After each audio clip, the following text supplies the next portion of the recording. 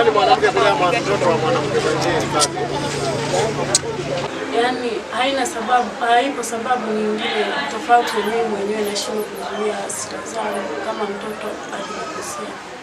Kwa vile yanaongelewa, lakini kwa mimi mwenyewe ndio nafahamu wale watoto naishi nao vipi.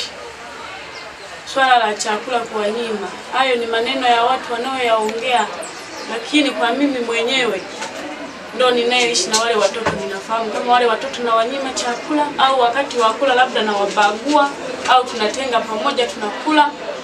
Hilo lenyewe kwa kweli mimi ndo nalifahamu, watu wa pembeni hawawezi hata wakalifahamu, sababu wao wanaangalia tu kwamba eti mtoto ana afya mbaya, wanajua kwamba mtoto hali ananyimwa chakula. Ni sawa kwamba kwa watu wa pembeni wanaona kama vile ni watoto wengine ndo wanawaadhibu kupita kiasi, lakini hata wa kwangu iwapo kama akinikosea huwa namwadhibu vile vile, hata kipindi sijaanza kukaa na wale watoto wa kambo. Kwa kitendo hicho kifanya mwanamke mwenzangu, mimi kama maoni ninavyoona, labda wangemfikisha kituoni akaeleze zaidi hasa ni nini penyewe. Kwa kweli yeye kama yeye anatumiaga fimbo, mambo mengine huwezi ukajua sana kwamba aga anatumia nini.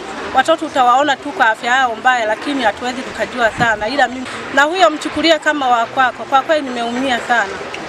Ndio hayo unapoona mwanamke anaenda kwenye uganga wa kienyeji, ndio hilo linalotokea. Mwanamke anakuwa ndani, anaondoka, anaolewa na anaoa mwanamke mwingine. Kinachokuja kutokea ndio hiki unachokiona. Watoto wale ambao wameachwa wanaharibiwa na yule mwanamke ambaye anakuwa ameolewa hapo karibuni.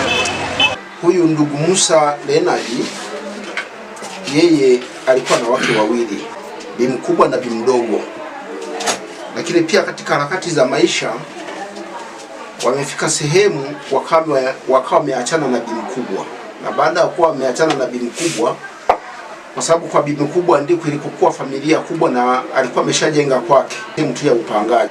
Huyu bi mdogo alikuwa katika, baada ya kuwa ameachana na bi mkubwa, Bwana Musa akaamua mchukue mke mdogo kumpeleka kwenye familia hiyo kubwa, na wameendelea kuishi pale na huyu mama. Baada ya kuwaona wale watoto, kwa kweli wamepigwa alama mgongoni, mwingine mpaka sasa hivi tunavyozungumza mkono nadhani umepigwa mpaka ukateguka.